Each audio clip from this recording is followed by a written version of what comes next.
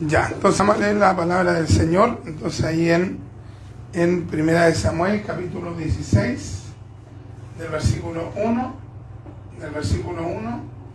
hasta el versículo 3. Dice así la Escritura: en el nombre de Jesús, para la gloria del Padre, del Hijo y del Espíritu Santo. Amén. Amén. Dijo Jehová a Samuel: ¿hasta cuándo llorarás a Saúl, habiéndolo yo desechado, para que no reine sobre Israel? Llena tu cuerno de aceite y ven, y te enviaré a Isaí de Belén, porque de sus hijos me he provisto de rey. Y dijo Samuel: ¿cómo iré? Si Saúl lo supiera, me mataría. Jehová respondió: toma contigo una becerra de la vacada y di: a ofrecer sacrificio a Jehová he venido. Y llama a Isaí al sacrificio. Isaí era el padre de David. Y llama a Isaí al sacrificio, y yo te enseñaré lo que has de hacer, y me ungirás al que yo te dijere. Vamos al verso 4. Hizo pues Samuel como le dijo Jehová. Y luego que él llegó a Belén, los ancianos de la ciudad salieron a recibirle con miedo y dijeron: ¿es pacífica tu venida? Imagínense el respeto que le tenían al profeta Samuel. O sea, llegaron a temblar porque el profeta iba a verlo. Yo creo que dijeron: quizás que Dios nos va a arrepentir. O sea, el respeto que le tenían al hombre de Dios, a Samuel. Él respondió: sí, vengo a ofrecer sacrificio a Jehová. Santificaos y venid conmigo al sacrificio. Y santificando él a Isaí y a sus hijos, los llamó al sacrificio. Y aconteció que cuando ellos vinieron, él vio a Eliab y dijo: de cierto delante de Jehová estás ungido. Y Jehová respondió a Samuel: no mires a su parecer, ni a lo grande de su estatura, porque yo lo desecho. Porque Jehová no mira lo que mira el hombre, pues el hombre mira lo que está delante de sus ojos, pero Jehová mira el corazón. Entonces llamó Isaí a Abinadab y lo hizo pasar delante de Samuel, el cual dijo: tampoco a este ha escogido Jehová. Hizo luego pasar Isaí a Sama, ese era otro de sus hijos. Y él dijo: tampoco a este ha elegido Jehová. E hizo pasar Isaí 7 hijos suyos delante de Samuel. Mire, 7 hijos. Pero Samuel dijo a Isaí: Jehová no ha elegido a estos. Entonces dijo Samuel a Isaí: ¿son estos todos tus hijos? Y él respondió: queda aún el menor, que apacienta las ovejas. Y dijo Samuel a Isaí: envía por él, porque no nos sentaremos a la mesa hasta que él venga aquí. Envió pues por él y le hizo entrar, y era rubio, hermoso de ojos. Aquí está describiendo a David. Y de buen parecer. Entonces Jehová dijo: levántate y úngelo, porque este es. Amén y amén. Entonces, por un breve momento quiero que podamos meditar un poquito acerca de cómo Dios escoge al que quiere. Dios escoge al que quiere. Entonces, en un momento, cuando ve que los israelitas dijeron, no queremos ser más como estos pueblos que no tienen rey, sino que queremos ser como los otros pueblos, porque ellos miraban a las otras naciones, a los otros pueblos, y ellos veían que cada pueblo tenía su rey respectivo. Entonces ellos querían adoptar ese método de gobierno. Israel, hasta el tiempo, digamos, anterior a Saúl, Israel tenía un sistema de gobierno que se llamaba teocracia. Ya se llamaba teocracia. Y la teocracia, digamos, la palabra lo dice, son dos palabras griegas, teo y cracia. Teo, Dios, y cracia, gobierno. Entonces, cuando se habla de teocracia, se está hablando del gobierno de Dios, del gobierno de Dios. Entonces, antes que hubiesen reyes en Israel, Israel se regía por la teocracia. Y en la teocracia, Dios se comunicaba con el pueblo por medio del profeta. Entonces el profeta le decía, esto hay que hacer, esto tienen que hacer, esto tienen que realizar, esto no tienen que hacerlo. Y también había un sacerdote que estaba encargado de enseñarle, digamos, cómo tenían que acercarse a Dios. Y a la vez había otro líder, digamos, que era el líder que tenía el poder como, digamos, civil, que era el juez. ¿Ya? Entonces, en la teocracia había un juez, había profeta y había sacerdote. Estos tres líderes gobernaban Israel. También había un grupo de ancianos que hacían como de jueces, lo que hoy entendemos por jueces. Entonces, los judíos dijeron, no queremos más teocracia. No queremos un gobierno donde finalmente el que mande todo sea Dios. Entonces nosotros queremos una monarquía. Que una monarquía es un gobierno donde finalmente todo el poder recae en una persona que es el rey. Esa es una monarquía. Entonces esa no era la perfecta voluntad de Dios. La perfecta voluntad de Dios era no que hubiese una monarquía, sino que hubiese una teocracia. Amén. Por ejemplo, para risa esto, los testigos de Jehová dicen que ellos están en la teocracia. Ellos, digamos, en cada país dicen que ellos tienen una teocracia porque a ellos los gobierna solamente Dios. Y sabemos que no es así. Sabemos que ellos tienen una especie de gobierno eclesiástico como lo que tiene la Iglesia Católica. Ya la Iglesia Católica también tiene una especie de monarquía.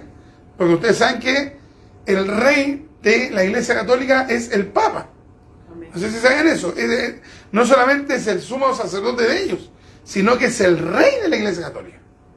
Es el Papa, el rey del Vaticano. Entonces, los testigos de Jehová también tienen esa manera. Ellos tienen un Papa, digamos, algo similar al Papa, que se llama el presidente del cuerpo gobernante. Después viene el cuerpo gobernante, que viene siendo como los cardenales de la Iglesia Católica. Entonces tienen todo un sistema piramidal muy fuerte, muy marcado. Entonces es mentira que tienen una teocracia. Entonces cuando alguien diga, no, nosotros aquí tenemos una teocracia, aquí en Chile hubo un grupo que le llamaron los teocráticos. ¿Ya? Los teocráticos que están ahí en Macul. No sé si tú te acuerdas de un edificio grande que hay ahí, en Macul, casi llegando a la Agrícola, que es un edificio gigante a este lado. Ya, pero ese grupo se llamaban a sí mismos los teocráticos, porque ellos decían como que ellos eran gobernados por Dios, solamente por Dios. Igual tenían a un líder que era, creo que se llamaba Cristian Casanova, igual tenía alguien que ejercía toda la autoridad allí. Entonces hay que desconfiar cuando hay alguien que diga que hoy tiene una teocracia. Porque no es verdad. La teocracia estuvo, pero hasta el tiempo, digamos, del profeta Samuel. Y de allí se acabó la teocracia. No hay teocracia actualmente. Entonces, esta teocracia se desarrolló por muchos años, hasta que los judíos dijeron, no, nosotros queremos tener un rey como cualquier pueblo. Entonces, ¿se acuerdan que el profeta Samuel se quebrantó? Y el Señor, ¿qué es lo que le dijo? No, ya no llores más. No te lamentes más, porque al final, Samuel, no te desecharon a ti, sino que me desecharon a mí. Entonces, el pueblo lo que no entendía es que finalmente no estaban desechando a Samuel. Estaban desechando el gobierno de Dios en su vida. Entonces, ahora sí nosotros como cristianos individuales tenemos que vivir una teocracia. Nosotros de manera individual. Porque ¿qué significa teocracia? Gobierno de Dios. Gobierno de Dios. Entonces nosotros como hijos del Señor debemos anhelar que Dios nos gobierne. Y eso es, digamos, un ideal. Porque hay mucha gente que lo que menos le importa es saber lo que Dios quiere para sus vidas. Mucha gente ni siquiera le consulta a Dios, sino que le avisa: oye, voy a hacer esto. Oye, voy a hacer esto. Señor, voy a hacer esto. No, Señor, ¿tú estás de acuerdo que yo haga esto? No, Señor, te notifico. Te notifico, voy a hacer esto. Entonces, finalmente se escoge al primer rey, que fue el rey Saúl. Y Saúl partió humilde, como parte la gente. Es difícil que una persona no teniendo nada sea un soberbio, aunque lo hay. Hay gente que puede tener hasta zapatos rotos, igual es soberbia. Puede ser una persona que vive en un campamento y casi no tenga donde caerse muerto, como dicen acá en Chile, igual es soberbia. Entonces, la soberbia, la altivez de espíritu va mucho más allá de lo que uno tenga, porque hay gente que no tiene nada. Y de hecho, de repente uno hasta puede decir: ¿y este de dónde salió?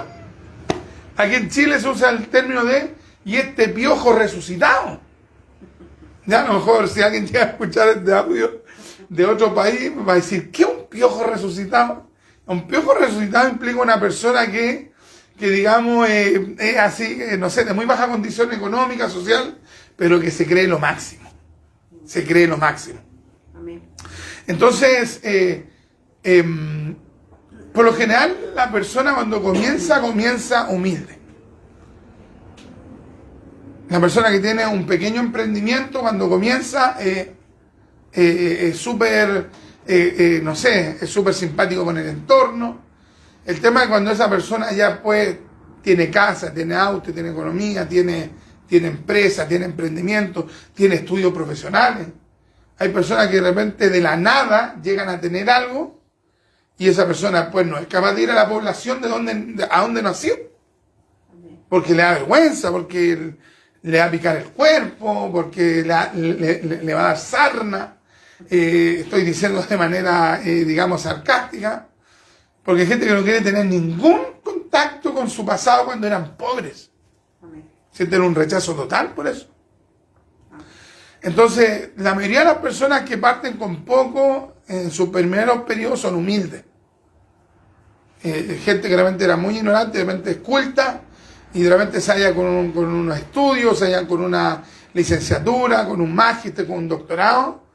Y obviamente que la gente va a cambiar porque tiene más educación, porque va a tener tal vez otro roce social, porque se va a vestir de otra manera. Entonces igual va a haber un cambio.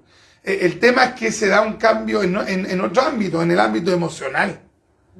Entonces obviamente que la persona exteriormente va a cambiar, a lo mejor va a modular mejor, va a vestirse mejor, va a tener un tremendo auto, pero eso no indica que la persona se va a deteriorar en sus valores, en su moral, en su ética.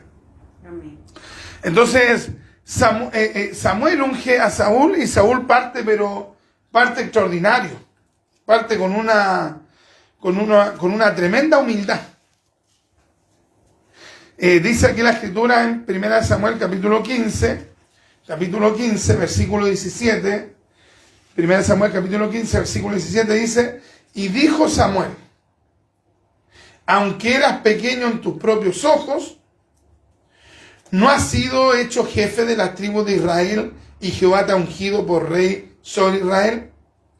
O sea, aquí Samuel está describiendo a Saúl, y dice de Saúl: aunque eras pequeño en tus propios ojos. O sea, así partió Saúl, siendo pequeño a sus propios ojos. Él se miraba y se encontraba, como diríamos hoy día, insignificante. El problema es que él no se mantuvo con esa visión. Comenzó a crecer. Yo me acuerdo que hace mucho tiempo atrás, yo creo que como unos 2 años atrás, estuvimos meditando en esta palabra, no sé si se acuerdan. Amén. Francesca se acuerda. Y hablamos que cuando el Señor quiso ungir a Saúl, y él sabía que lo iban a ungir, ¿qué es lo que hizo Saúl? Se escondió, se fue a esconder, lo andaban buscando, y hasta que al final tuvo que aparecer. O sea, imagínense, se sentía tan minúsculo, tan insignificante, o sea, como yo, y eso que tenía un porte alto, porque Saúl sobrepasaba la media de la gente en Israel. Entonces, en la parte exterior, él se destacaba, pero él internamente, él se sentía insignificante. Se da cuenta que hay gente que es como bien alta de porte, 1,90 m, 1,85 m, 1,95 m, 2 metros, y son así los tremendos gigantes que decimos, los tremendos pailones, pero usted los ve, son como humildes, hola, y como que, como dicen algunos, te doy el abrazo del oso. Un abrazo del oso de una persona de 1,90 m, te deja la espalda para empanado. El abrazo del oso. Entonces uno dice, oye, esta persona tan grande y es como tan humilde, tan sencillo. Entonces así era Saúl. Pero comenzó a pasar el tiempo y ya no era tan pequeño a los ojos. Hasta tal punto que ya después comenzó a consultar, ídolos, comenzó a tener relaciones con los poderes ocultistas. Mira, el mismo que Dios había escogido, después se corrompió. Entonces, no nos debe sorprender estos cambios. Son lamentables. Son muy lamentables ver estos cambios de personas que amaron a Dios profundamente, que fueron siervos de Dios, que Dios, porque aquí dice la Biblia que Dios cogió a Saúl. Entonces, uno tiene que hacerse la pregunta, personas que Dios escoge, pueden llegar a corromperse y terminar, por ejemplo, yendo a donde una gitana, yendo a donde una espiritista. Sí, porque le pasó a un rey en Israel. Amén. Personas que fueron elegidas por Dios. Porque, por ejemplo, si alguien me dice a mí, oye, un mundano fue donde una bruja, ¿cuál es lo sorprendente de eso? Nada, porque no conocen a Dios. Un mundano, un pagano. Pero si alguien me dice, oye, ¿supiste que tal diácono fue a consultar a una bruja? ¿Qué onda? ¿Qué le pasó como un diácono ir a consultar a un brujo? ¿Supiste que un obispo fue a leerse la mano como un obispo? Y uno igual se sorprendería. Pero no nos debemos sorprender tanto, porque hasta un rey de Israel tuvo ese cambio. Ahora, Dios le dio tiempo a Saúl para que se arrepintiera, pero Saúl no se quiso arrepentir. No se quiso arrepentir. No se quiso arrepentir. Ahora, es muy difícil cuando una persona va metiéndose en estos temas de la hechicería, del ocultismo, la brujería. Es muy difícil que una persona sea liberada de eso. Es muy difícil. Porque es una cosa como que atrapa a la persona. Es una cosa que la persona ya después se siente dependiente, porque cuando alguien va a consultar a una bruja, a un adivino, a un hechicero, eso no le sale gratis. Por ejemplo, aquí han venido personas que a la iglesia a que nosotros oremos por ellos, ¿cierto? Y vienen, y nosotros acá obviamente que no les cobramos. Oramos en el nombre del Señor, le pedimos al Señor que liberte a esa persona, que le rompa sus cadenas, pero nosotros no hacemos un negocio de eso. Hay iglesias que tal vez, bueno, creo que hay una iglesia allá en Estación Central que el pastor de ahí cobra por ungimiento, pero ya esa cuestión es totalmente anticristiana. Pero cuando una persona va a consultar a un brujo, a un hechicero, esa persona sabe que le van a cobrar. Yo no he escuchado nunca que una persona vaya donde un medium y el medium le diga, ya, por ejemplo, ¿quieres que te contacte con un muerto? Ya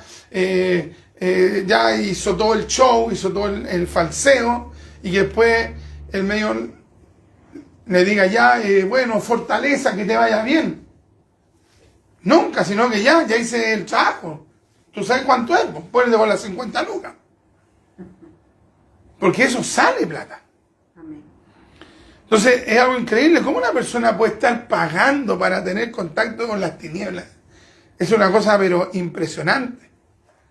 Hay personas que en su aflicción, porque están tan mal, por ejemplo en Brasil, están, no me acuerdo cómo le llaman, pero son como sanadores, supuestos sanadores. Los brasileños, no sé si tú te acuerdas cómo se llaman, pero como ¿cómo le llaman? Los sacerdotes brasileños, no sé, algo así. Que la gente va y le escribe por correo, le manda cartas, y los tipos le hacen hacer como todo un ritual, y después si la persona es sanada, ellos tienen que mandar el pago. Ellos tienen que mandar el pago.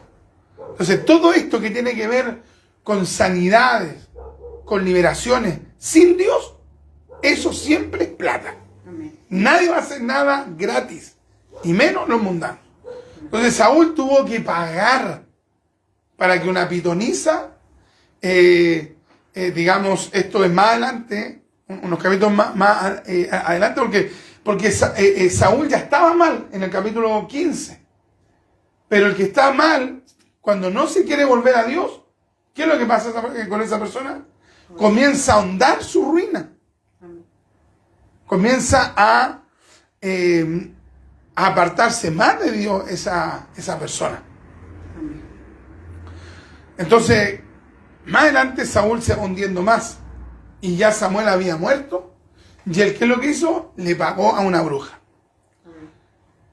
Entonces, en el capítulo 15, el Señor le habla a Saúl, cuando todavía no lo desechaba, le dijo, ya mira, tú andas donde este rey, y tú haz esto, esto y esto, y arrasa con esto, y hazlo de esta manera. Y el Señor fue súper claro con la orden. Y resulta que Saúl lo hizo a su manera. En vez de haber hecho lo que Dios le dijo de manera clara, acepto esto y esto, no hizo lo que él quiso. ¿Y qué es lo que sucedió allí? Sucedió que el profeta Samuel, de parte de Dios, le dijo, se complace Jehová, 1 Samuel 15:22, se complace Jehová tanto en los holocaustos y víctimas como en que se obedezca a las palabras de Jehová. Ciertamente el obedecer es mejor que los sacrificios, y el prestar atención que la grosura de los carneros. O sea, lo que le está diciendo Samuel, entiende, lo que más importa es la obediencia a Dios. Eso es lo que más importa.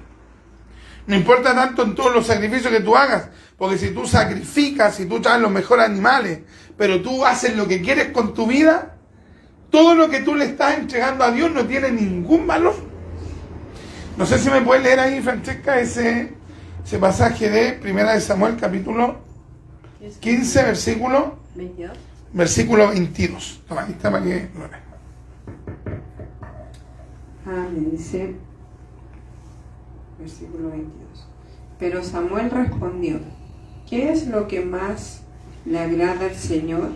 ¿Tus ofrendas quemadas y sacrificios, o que obedezcas a su voz? Escucha, la obediencia es mejor que el sacrificio, y la sumisión es mejor que ofrecer la grasa de carneros. Entonces, ¿ves? Ahí tenemos una traducción más conocida, o sea, más popular. Y ahí también el Señor finalmente, con otro lenguaje, se dice que el Señor dice, aquí lo que importa no es tanto lo que tú das, sino cuánto tú obedeces. Ahora, eso no significa que no se deba dar.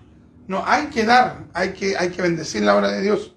Pero, ¿de qué sirve una persona que bendiga la obra de Dios cuando vive contra la ley de Dios? O sea, eso porque hay muchas personas que dicen, yo camino como quiero, hago lo que quiero, no me someto a la Biblia, pero igual mando mi ofrenda. Pero, y ellos creen que ellos como que se autoconvencen, yo mando la ofrenda y Dios como que va a ignorar mi rebelión hacia Él. Es que es una locura. Hay que hacer una cosa y hay que hacer la otra. Pero no pensemos, o por ejemplo, hay personas que que son obedientes al Señor, pero son avaros. No bendicen la obra. Entonces ya no, pero es que igual yo, por ejemplo, yo voy al culto, yo predico, sí, pero ¿qué es lo que pasa con la otra área? Entonces, no, aquí hay que hacer todo para Dios. Entonces, en el caso de Saúl, él actuó rebelde contra Dios, no hizo lo que Dios le dijo de manera explícita, pero después él se estaba conformando con, no, pero es que yo sacrifiqué animales. Yo estoy haciendo holocausto, yo estoy dando, pero ¿de qué sirve eso? Si no se está obedeciendo a la ley de Dios. Entonces, no debemos ver, por ejemplo, en una ocasión al Señor le dijeron, le hicieron preguntas en cuanto a, digamos, a cómo tenían que proceder los creyentes, los seguidores de Dios. Y el Señor, ¿qué es lo que le dijo?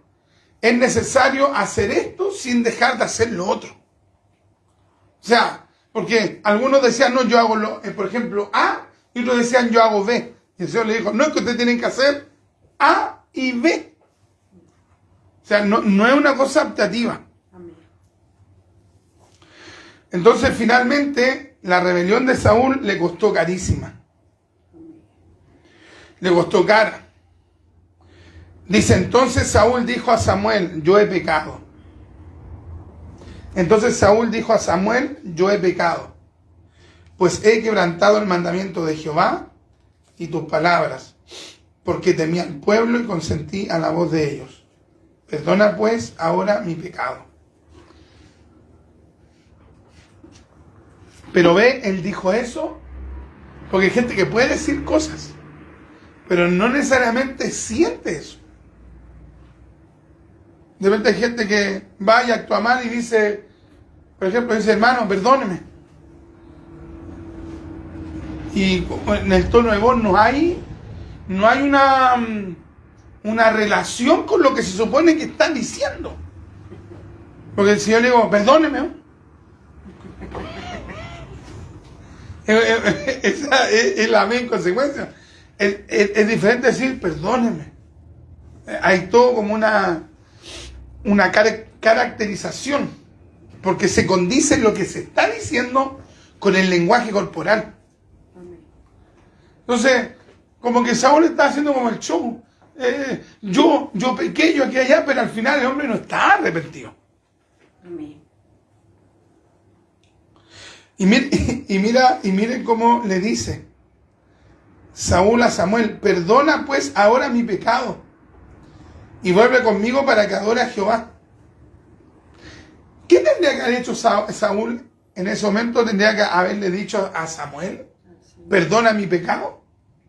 Al Señor. Entonces, mire la turbación del hombre. ¿Ve? Cuando era pequeño a sus ojos, era humilde, era manso, no quería ni que lo mencionaran que era el nuevo rey de Israel, se andaba escondiendo, y ahora era soberbio, altivo. Y cuando había pecado contra Dios, va y le dice a Samuel, perdóname. ¿Cómo perdóname? Perdona pues ahora mi pecado. O sea, el hombre le estaba diciendo a Samuel, tú tienes el poder para perdonarme. Hoy en vez de haberle dicho a Dios. Entonces, Saúl andaba como los católicos. Porque los católicos van donde el sacerdote, y el sacerdote tiene que darle el perdón de los pecados. Ahora, si yo pego contra un hermano, si yo hierro contra un hermano, ¿qué le tengo que decir? Perdón a la persona, obvio. Pero en este caso, el gran pecado de Saúl había sido contra Dios. Entonces, no entendía bien. Es que Saúl no entendía la gravedad de su pecado. Qué tremenda es la palabra. Perdona pues ahora mi pecado y vuelve conmigo para que adore a Jehová. Y Samuel respondió a Saúl, no volveré contigo, porque desechaste la palabra de Jehová, y Jehová te ha desechado para que no seas rey sobre Israel. Y volviéndose Samuel para irse, él se asió de la punta de su manto, y se rasgó. Entonces Samuel le dijo, Jehová ha rasgado hoy de ti el reino de Israel y lo ha dado a un prójimo tuyo, mejor que tú. Además, el que es la gloria de Israel no mentirá, ni se arrepentirá, porque no es hombre para que se arrepienta. Y miren, el verso 23 dice: por cuanto tú desechaste la palabra de Jehová, Él también te ha desechado para que no seas rey. Ya el verso 23. Entonces, todo lo que se menciona aquí es realmente impresionante. De un momento a otro, todo el sostén de Saúl se va a tierra, porque el mismo que Dios había usado para notificarle que Dios lo había ungido como rey, ese mismo le estaba ahora diciendo: Dios te desechó. Amén. Oh, qué fuerte. Amén.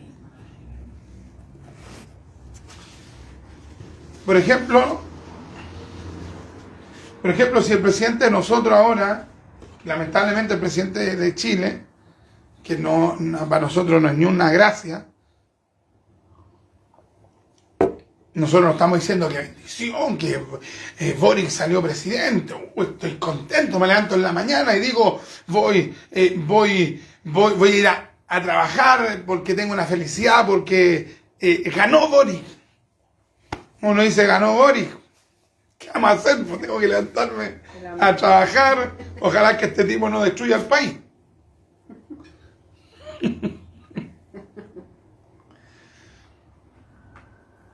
Pero si el hombre lo hace mal, que lo más probable es que lo hará mal, aunque nosotros tenemos que orar por él, cuesta orar por un impío como él, pero hay que orar igual por ese hombre, porque la vida nos manda a orar por las autoridades.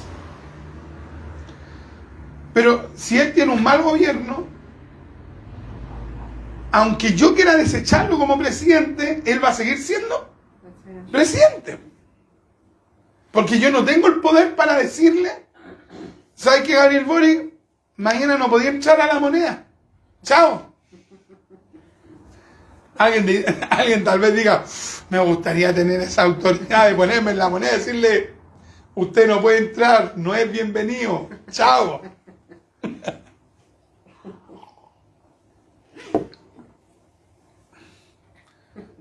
Por ejemplo, si aquí quieren destituir a un presidente, ¿qué es lo que tienen que hacer? Si tienen que juntar el parlamento y hacer como, no sé, un sistema como de votación y destituirlo. Y se puede hacer eso, pero es muy difícil que ocurra aquello. Pero en ese tiempo, un puro hombre, que no era un luchador, que no era un líder social, que no era un militar, era un profeta de Dios, tenía esa autoridad de decirle a alguien, te digo algo, Dios te desechó. Oh. Entonces, Samuel tenía que ser un hombre de Dios. Pues, ¿se imagina alguien, nosotros tuviera esa autoridad y anduviéramos en la carne? Porque hay gente que dice, no, este es de Dios, este no es de Dios. Este es de Dios, este no es de Dios. Este se va a salvar, este se va a perder. Pero es totalmente la carne. En la carne van dictaminando acerca de las personas. En cambio, Samuel era un profeta de Dios y tenía esa autoridad. Entonces, ¿qué es lo que sintió Saúl en ese momento? Probablemente se sintió aterrado. Y de hecho, mire lo que dice acá, verso 30. Y él dijo, yo he pecado, pero te ruego que me honres. Mire cómo le dice. Verso 30, 1 Samuel 15. Y él dijo, yo he pecado, pero te ruego que me honres delante de los ancianos de mi pueblo y delante de Israel, y vuelvas conmigo para que adore a Jehová tu Dios. Mire lo que dice el hombre. Yo he pecado, pero te ruego que me honres delante de los ancianos. O sea, Samuel le está diciendo, Samuel le había dicho algo terrible. Saúl, Dios te desechó. Entonces, ¿qué tendría que haber hecho Saúl en ese momento? ¿Qué creen ustedes? Dios me desechó, pero lo que yo quiero es que Dios no me deseche a mí como persona, porque Dios lo estaba desechando a Saúl como rey, no como persona. Entonces, él que tiene que haber dicho, no importa ya, él me desechó como rey, a mí lo que me importa es que él no me deseche como persona, que él no me quite la salvación, que él me permita entrar a la patria celestial, que él no me expulse de los contornos de Israel. Samuel, Dios cogió a otro, dime quién es, yo le entrego el reino, pero ayúdame a buscar a Dios, porque yo quiero que Dios nuevamente restablezca su comunión conmigo. Eso le tendría que haber dicho él. ¿Pero qué es lo que dijo él? Samuel le dijo, Dios te desechó como rey, tú ya no puedes seguir siendo rey. Y él dijo, a mí lo que me importa es que la gente me siga viendo como rey. ¿Me entiendes? Dios ya no lo miraba a él como rey. Amén. Porque recuerden que lo había desechado. Pero a Saúl le importaba que la gente lo siguiera viendo como rey, a pesar que Dios lo había desechado como rey. No sé si se va entendiendo. Amén.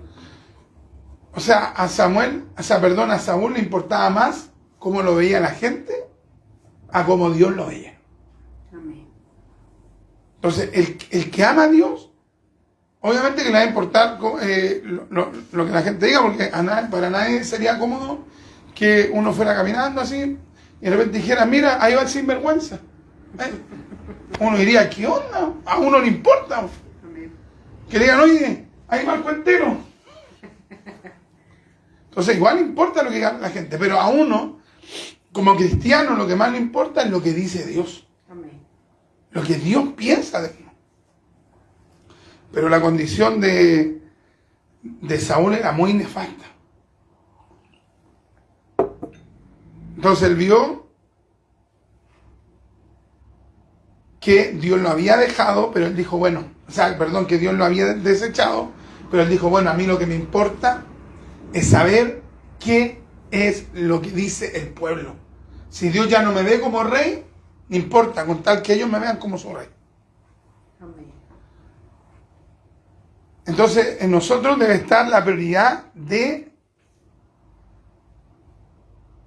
pensar, de meditar, de tener presente cómo Dios me ve. Amén. ¿Cómo Dios me ve? Porque es importante cómo me ve mi mamá, cómo me ve mi papá, cómo me ven los hermanos, pero ¿cómo me ve Dios? A Saúl ya no le importaba lo que Dios dijera de él. Y pensemos que era el rey de Israel. Y volvió Samuel tras Saúl y adoró Saúl a Jehová, pero toda una adoración falsa. Y volvió Samuel tras Saúl y adoró Saúl a Jehová. Pero ves, es todo algo exterior. Él realmente no estaba buscando de Dios. Después dijo Samuel, traedme a Gad, rey de Amalek. Y Gad vino a él alegremente. Y dijo a Gad, ciertamente ya pasó la amargura de la muerte. Bueno, y ahí viene todo un relato, hermano, donde se habla, hermano, de en qué termina este rey pagano. Verso 35 dice, y nunca después vio Samuel a Saúl en toda su vida. Y Samuel lloraba a Saúl. ¿Ve? Y Samuel lloraba a Saúl. Y Jehová se arrepentía de haber puesto a Saúl por rey sobre Israel. O sea, desde ese día, Samuel se alejó. Se alejó para siempre de Saúl. Entonces, yo pensaba en esto, que hay personas de las cuales hay que alejarse. Hay personas que no son de bendición. Ya, porque Samuel podría haber dicho, bueno, igual el rey de Israel tiene plata, porque hay gente que tiene esa mente. Me acerco a este porque el rey de Israel, Dios lo desechó, pero todavía está ahí. Entonces, mientras está ahí, me sirve. Pero no, Samuel no era un carnal. Entonces, ¿qué es lo que hizo Samuel? Se alejó, por voluntad de Dios.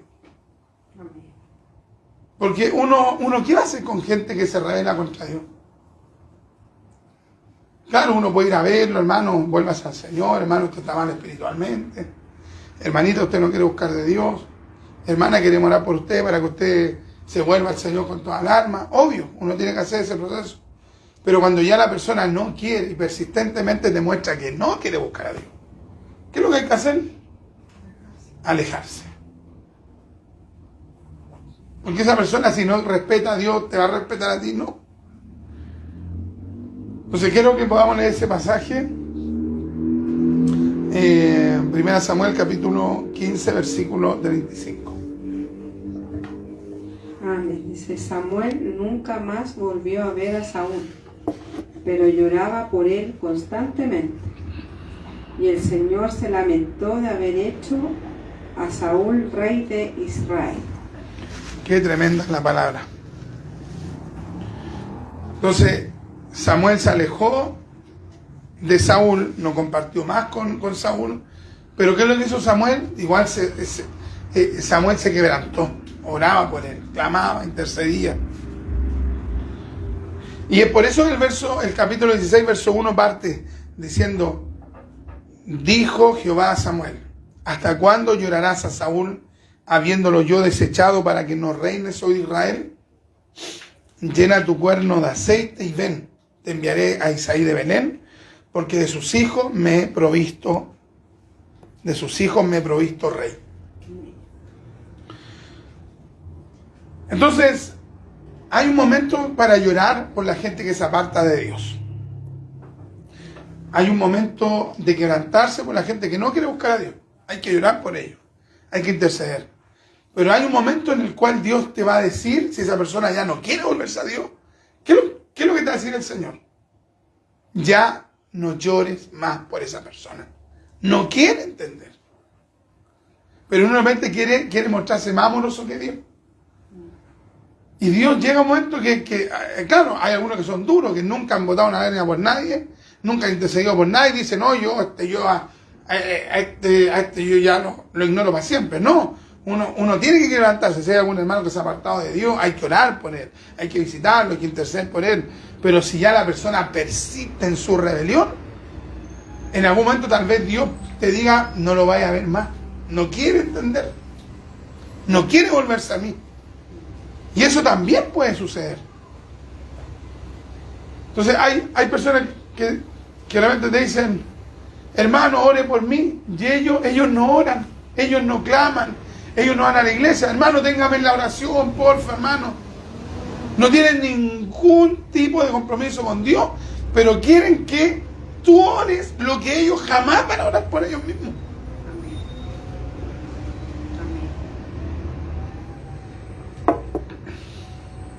Entonces, cuando hay una persona que está en ese nivel de rebelión, ¿qué es lo que tenemos que hacer nosotros? Si Dios no está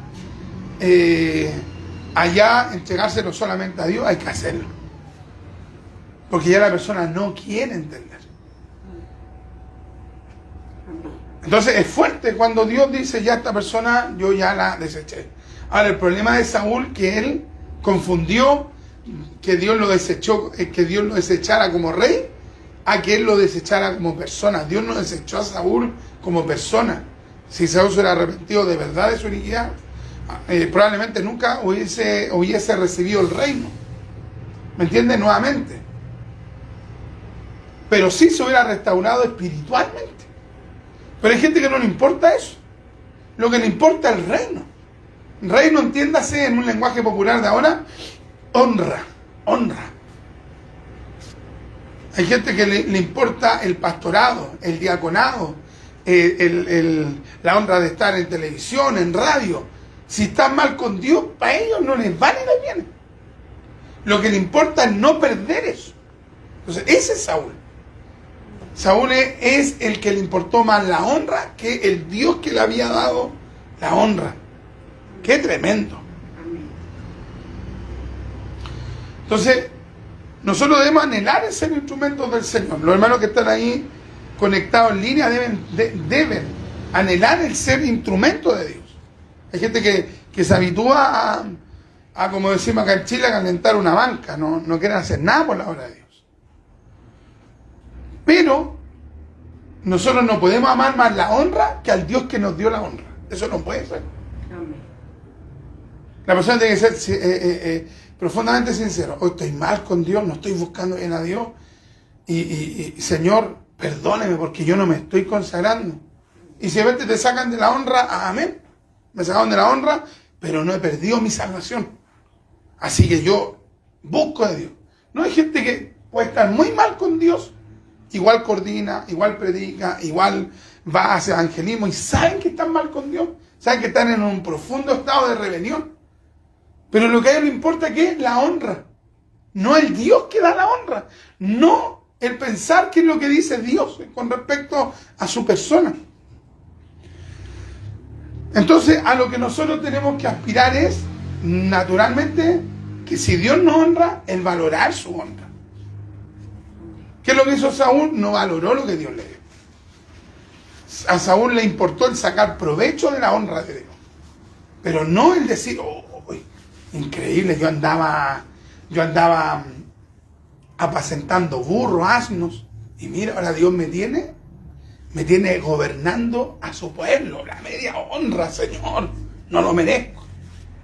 No valoró lo de Dios. Hay gente que no valora lo de Dios, no valora cuando le dicen, hermano, usted tiene la oportunidad de orar, no sopesan lo de Dios. Hermano, usted tiene la bendición de predicar, no sopesan lo de Dios. Hermano, usted tiene la bendición de entregar un tratado en la calle, no le dan un valor, es una tremenda honra. Entonces, están por un lado los que no valoran la honra y están por otro lado los que solamente se mueven por la honra. Por ejemplo, hay personas que le quitan la honra y se van de una iglesia. Al tiro. Hermano, usted no va a poder cantar más, coordinar más, predicar, se taiman, se van, al tiro. Entonces uno dice, ya. Esta persona está detrás de la honra. El Señor le dijo a Saúl, te quito la honra, ¿y qué es lo que hizo Saúl? No me quedo con la honra. Y Dios se la había quitado. Pero él se aferró a esa honra, pero se aferró a una honra que Dios le había quitado. ¡Qué terrible! Aferrarse a una honra que Dios le quitó a la persona, ¡qué terrible! Entonces, nosotros, número uno, tenemos que valorar la honra de Dios. Número dos, tenemos que cuidar la honra del Señor. Número dos, cuidar la honra del Señor. Y número tres, cuando Dios diga, ¿sabe qué? Usted llega hasta aquí, yo le quito la honra, amén, Señor, hasta ahí llego yo. Hasta ahí llego yo. Saúl podría haber dicho, me duele, porque yo soy el rey de Israel, pero Dios me sacó de esta honra. Pero donde yo amo más mi salvación, donde yo quiero estar bien con el Dios que me salvó, con el Dios de Israel, yo entrego mi honra. Me duele, pero entrego mi honra. Porque lo que a mí me importa es mi vida espiritual. Así que Samuel, avíseme usted nomás y yo le tengo todo listo para que asuma el nuevo rey de Israel. Y en lo que yo pueda asesorar a esa persona, yo lo voy a asesorar. Incluso le voy a enseñar a que no cometa esos errores. Pero él no tuvo esa actitud. Porque él se aferró a la honra humanamente. Qué terrible. Él tuvo una honra de Dios, Dios después se la quitó y él se aferró a esa honra. Pero el Señor ya tenía preparado a otro. Llena tu cuerno de aceite y ven, te enviaré a Isaí de Belén, porque de sus hijos me he provisto rey. Entonces, cuando Dios saca a una persona de una honra, Dios tiene a otra persona preparada, porque Dios no depende de nosotros. ¿Ya? Por ejemplo, Dios sacó a Saúl y Dios ya tenía preparado a David. David no tenía ni idea que Dios lo había elegido. Pero Dios ya lo tenía todo planificado. Entonces, la obra de Dios no depende de una persona. Imagínense que ni un reino dependía de un rey, sino de Dios que coloca reyes. Ve que hay un texto que dice que Dios pone reyes y saca reyes y pone reyes. O sea, ahí está hablando acerca de la supremacía de Dios sobre todo poder, sobre todo gobierno. Entonces, cuando Dios saca a un rey y pone a otro, está dando a entender que Él es el que gobierna. Ahora, Dios puede sacar a un pastor y poner a otro, por supuesto. Dios puede entrar a una iglesia y luego cerrarla, por supuesto. Porque Él es el que manda. Entonces, ¿qué deberían hacer sus servidores? Lo acepto. Me duele, Señor, pero si es su voluntad, lo acepto. Es su voluntad, es su plan, es su propósito. Lamentablemente, Saúl no tuvo ese corazón. Entonces, ¿qué es lo que tenemos que tener? Nosotros un corazón dócil a Dios. Señor, nunca nos deseche, mi Rey. Padre mío, cuando usted nos reprenda, aceptarlo. Cuando usted me hable por la palabra y usted me quiera arrepender, lo acepto, mi Señor. Lo acepto. Cuando a uno por la palabra le muestren a uno, usted está equivocado, ¿qué es lo que tiene que hacer uno, hermano? Pero muéstreme por la palabra que estoy equivocado. ¿Qué es lo que tiene que hacer uno si le muestran por la palabra que uno está equivocado? Decirme, no, yo muero con las botas puestas, no. Sino que uno tiene que decir, lo acepto. Es verdad, me lo mostraron por la palabra. Yo estoy equivocado, Señor, me arrepiento. He errado, he fallado, me reclamo ante usted. Señor, si usted me quiere quitar alguna bendición económica, material, por mi pecado, yo la acepto. Pero lo que sí le pido, no me quite el gozo de mi salvación. ¿Ve? Una mentalidad espiritual. Así que Dios nos ayude, Dios bendiga a los hermanos que se han podido conectar. Dios les bendiga a cada uno de ustedes. Hoy día salimos con pura imagen, o sea, con puro audio. Vamos a hacer una oración. No sé si alguien querrá comentar de los hermanos que están conectados. Pero que Dios nos ayude. Ya, Dios nos ayude. ¿Ve? Después usted ve que David después pecó, ¿no? Amén. David pecó, por cierto, que hay un adulterio, se mandó la media embarrada. Pero cuando el profeta lo fue a arrepender, Natán, ¿qué es lo que hizo David? David le dijo a Natán, honra delante del pueblo, ¿no? ¿Qué es lo que hizo David? David se arrepintió, lloró, se dolió, se quebrantó, buscó el perdón de Dios. Y cuando el Señor el Señor le mandó el tremendo castigo a David. ¿Qué es lo que hizo el Señor? Dios hizo que su hijo muriera. Imagínense, el precio del adulterio de David le costó la muerte de su hijo. Y no es que el hijo murió accidentalmente, no. Porque el texto dice que Dios hizo que ese niño muriera. A ver, voy a buscarlo a ver para poder leerlo. Entonces, si David hubiese tenido el corazón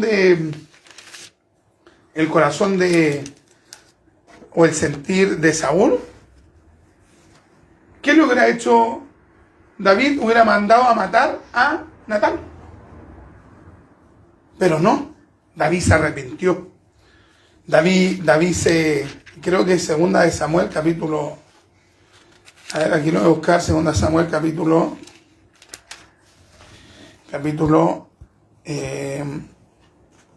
11, capítulo 12 parece. Claro, capítulo 12. Dice, segunda de Samuel, capítulo 12, versículo 15, dice, voy a leer el versículo 13, dice así en el nombre del Señor Jesucristo. Entonces dijo David a Natán, pequé contra Jehová. Y Natán dijo, pequé contra Jehová, pero ¿se acuerda lo que hizo Saúl? Dice que pecó contra Dios, pero le fue a pedir perdón ¿a quién? A Samuel, perdona, en vez de decirle a Dios, perdóname. Mire la turbación del hombre. En cambio, mire David. Dice, pequé contra Jehová, y Natán dijo a David, también Jehová ha remitido tu pecado, no morirás. Porque eso es lo que merecía David. Pero ve donde David se arrepintió, Dios le dijo ya, tu vida no va a cesar ahora. ¿Por qué? Porque hubo un arrepentimiento. Dice, más por cuanto con este asunto hiciste blasfemar a los enemigos de Jehová, el hijo que te ha nacido ciertamente morirá. Mira el castigo. Un castigo pero fulminante. Y Natán se volvió a su casa Y mire cómo dice después, y Jehová hirió al niño. ¿Quién lo hirió? Jehová. Y Jehová hirió al niño que la mujer de Urías había dado a David y enfermó gravemente. Entonces David rogó a Dios por el niño y ayunó David y entró y pasó la noche acostado en tierra. Y después, unos versículos más adelante, se notifica que el niño había muerto. ¿Quién lo hirió? Jehová. Entonces el pecado de David le costó, pero carísimo. ¿Pero qué es lo que hizo David? David se rebeló, no, David se humilló. David ayunó en ese momento. En cambio vemos a Saúl pecando y después diciéndole, mira el cara dura, diciéndole a Samuel, vamos y adoremos. Oye, la mea embarrada que te mandaste. Desobedeciste a Dios, te rebelaste contra Dios. No hiciste lo que Dios dijo, contradeciste al profeta cuando el profeta te estaba reprendiendo. No fuiste humilde, no fuiste dócil, no te quebrantaste. Cuando pecaste, lo que pediste fue que Samuel te honrase delante del pueblo. Y más encima ahora estáis diciendo que vaya a adorar. Un loco. Entonces, usted puede ver a alguien incluso levantando la mano y diciendo, te adoro, Señor. Y ve que algunos están poniendo un tono, te adoro, aleluya. Y la persona a lo mejor se mandó la media barra y no quiere arrepentirse. Entonces que el Señor nos ayude a no actuar, mis amados, como Saúl. Cuando nosotros pequemos, que todos podemos pecar y que Dios nos libre de estar metidos en algún escándalo, y si hemos pecado, hemos fallado, le tenemos que pedir perdón al Señor. Pero no hacer caladura como Saúl. Peco, dejo la embarrada, traigo maldición a Israel y después me voy a adorar. ¿Cómo? No, antes de ir a adorar, los que adoran primero tienen que arrepentirse. Señor, me mandé esta embarrada. No, hermanos, que déjeme adorar. Mire, aleluya. Y yo creo que el Señor está diciendo, ¿y qué está diciendo aleluya? Si tiene que ir a llorar por su maldad. Así que realmente, hermano, necesitamos el socorro del Señor. Ya Saúl es un gran ejemplo de cómo no debemos actuar, de cómo no debemos proceder. Y a no olvidarnos que Dios puede sacar a alguien de una honra. Sí, Dios puede hacerlo. Si Dios saca a una persona de una honra, ¿esa persona tiene que irse al mundo? No. ¿Esa persona tiene que olvidarse de Dios? No. O sea, esa persona tiene que decir, de verdad yo pequé, me rebelé, Dios me quitó la honra, el honor de ser pastor, evangelista, maestro, diácono, líder de una iglesia, o simplemente Dios en su soberanía dijo, ya, tú no sigues más dirigiendo una obra, y la persona que tiene que decir, amén, Señor, me duele, pero acepto tu voluntad. Y si usted considera que yo he errado en algo, yo le pido perdón, pero lo que a mí me importa más que la honra es mi salvación, la salvación de mi alma. Qué tremendo, hermano. Así que vamos a orar al Señor, y que Dios bendiga a todos nuestros hermanitos que están conectados allí, y amemos cuando Dios nos honre. Valoremos la honra de Dios, pero no lleguemos a amar más la honra que al Dios que da la honra. Señor, queremos darle gracias por este tiempo que hemos podido meditar en su palabra. Usted nos ha bendecido enormemente en esta tarde, Señor. Padre mío, ayúdenos a poder, Padre mío, tener una actitud condescendiente, Padre mío, no con nuestros sentimientos, sino que con su palabra. Saúl llegó un momento que ya lo único que le importaba era el ser reconocido, el ser afamado, el tener una posición. No le importaba lo más mínimo lo que Dios dijera. Señor, a nosotros nos importa saber lo que usted dice. Nos importa mucho, Padre mío, respetar al profeta de Dios, al hombre de Dios que nos está amonestando, Padre mío. Señor, si en algún momento alguien nos corrige por su palabra, si en algún momento alguien nos muestra desde la Escritura que estamos haciendo lo malo, Señor, denos la humildad, mi Dios. Padre mío, permítanos decir, hermano, Si usted me lo mostró por la palabra, yo lo acepto. Cuando un pastor nos corrija por la palabra, él puede decir es verdad, usted tiene razón porque usted me lo mostró por la palabra. Y donde yo no quiero ser como Saúl, yo voy a aceptar la reprensión porque yo quiero seguir a mi Dios. Yo quiero seguir a mi Dios. Y aunque eso me conlleve que pierda una honra, que pierda un título, que pierda un honor, me duele aquello, mi Señor, pero a mí lo que más me importa es estar bien con usted. Saúl debió de haberle dicho a Samuel, Samuel, ahí está el reino. Acompáñeme a orar para que Dios me perdone. Y si Dios me quitó el reino, yo entrego el reino. Pero lo que yo quiero es que mi salvación esté segura en el Dios de Israel. A él no le importó su condición espiritual. Lo que le importó fue la honra. Padre mío, mi Señor, ayúdenos a no envanecernos en la honra. Ayúdenos, Padre mío, a no envanecernos en la honra, Señor. Tanta gente que está envanecida en la honra, mi Señor. ¿Cuántos pastores, Padre mío, que en pecado pueden dirigir una iglesia y saben que están rebelándose contra Dios y saben que están haciendo lo malo? Y saben, Padre mío, que están en pecado. Pero lo que le importa es lo que le importó a Saúl, la honra, el reconocimiento. Padre mío, mi Señor, Padre, líbrenos de caer en esa ceguera espiritual, Padre mío. El mismo Judas, mi Señor, mientras estaba viendo los milagros, mientras estaba viendo la sanidad, estaba robando. Qué terrible, mi Señor, robando de lo que la gente le había dado al Mesías, él se lo robaba. Y veía la sanidad y imponía mano y predicaba, pero robaba. Señor, ayúdenos a no caer en ese nivel de hipocresía tan grande, mi Señor. Padre, ayúdenos a amar al Dios de la gloria. Oh, Espíritu Santo, ayúdenos a amarle, Espíritu de Dios.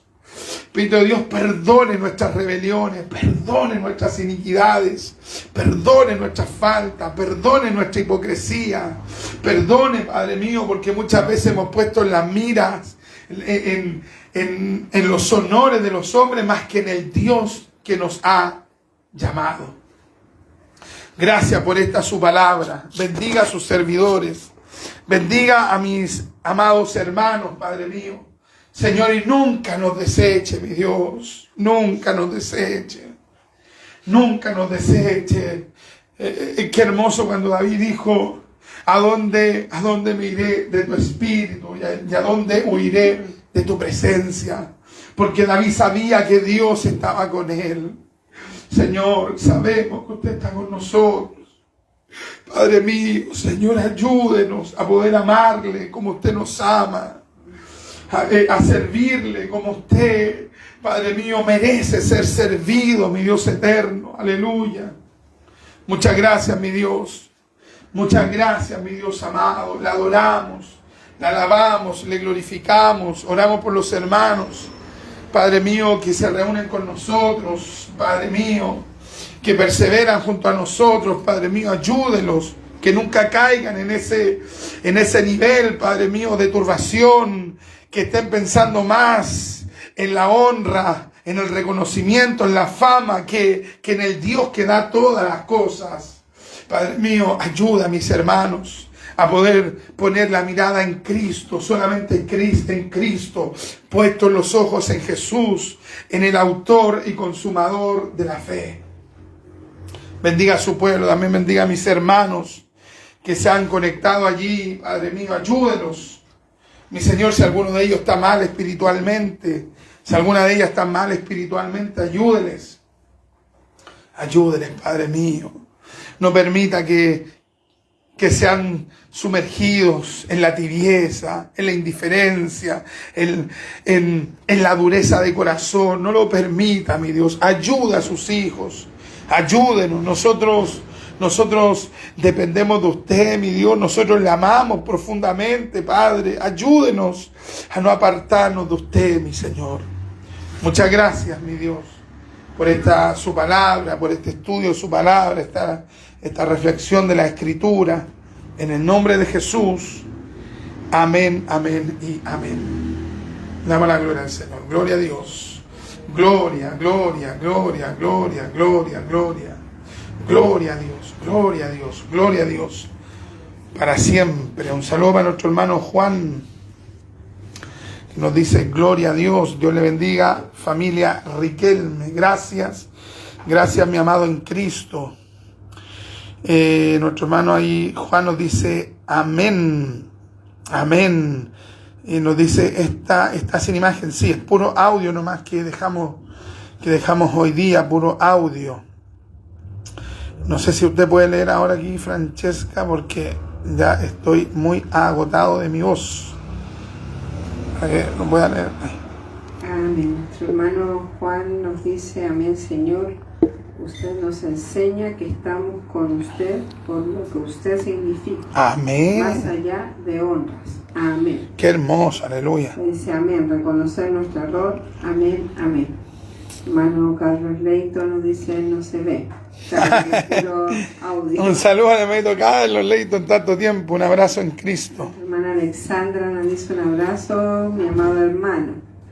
Y nuestra hermana Carola Céspedes nos dice, ayúdenos, Padre, en todas nuestras áreas, en nuestra aflicción, en nuestros errores, y a no perder la salvación y estar nuestros nombres en el libro de la vida, el regalo más hermoso que nos puede regalar. Amén. Aquí también nuestro hermano Juan dice amén.